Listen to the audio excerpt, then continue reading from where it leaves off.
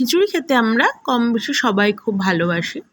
তো বৃষ্টির দিনে খিচুড়িটা তো সবারই ভীষণ পছন্দের। আমি ভাগ্যশ্রীর কিচেনে আপনাদের সবাইকে স্বাগত। এখানে আমি নিয়ে নিয়েছি 300 গ্রাম মুগ ডাল। মুগ ডালটা খুব ভালো করে ভেজে নিয়ে আমি ধুয়ে জল ঝরিয়ে রেখে দিয়েছি। চালটাও আমি ভালো করে ধুয়ে নিয়ে জল ঝরিয়ে রেখে দিয়েছি। কড়াইতে দিয়ে দিয়েছি পরিমাণ মতন জল, তারপরে দিয়ে দিয়েছি মুগ ডালটা।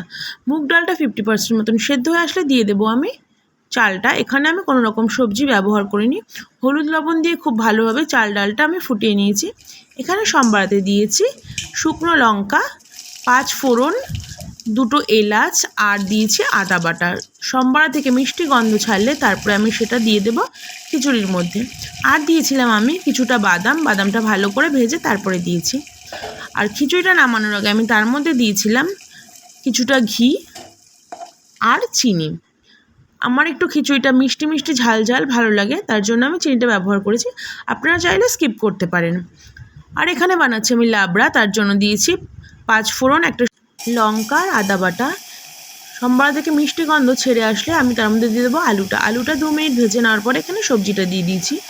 সবজিটা দিয়েছি আমি বিনস, বরবটি, বেগুন, কুমড়ো, পটল আর ডাঁটা, আর সাথে দিয়েছিলাম কিছুটা থোড়।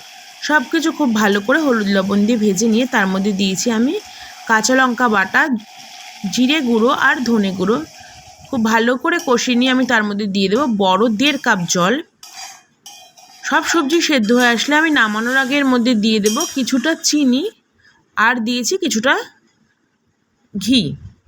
তো কেমন লাগলো আজকের রেসিপি অবশ্যই জানাবেন। যারা এখনও আমার চ্যানেলটি সাবস্ক্রাইব করেননি অবশ্যই সাবস্ক্রাইব করে দেবেন। যারা ইউটিউব থেকে দেখছেন, যারা পেজ থেকে দেখছেন পেজটাকে ফলো করে দেবেন। ধন্যবাদ সবাইকে ভিডিওটা দেখার জন্য। সবাই খুব ভালো থাকবেন। আবার সবার সাথে দেখা হচ্ছে নেক্সট ব্লগে। ততক্ষণ সবাই ভালো থাকবেন। নমস্কার সবাইকে।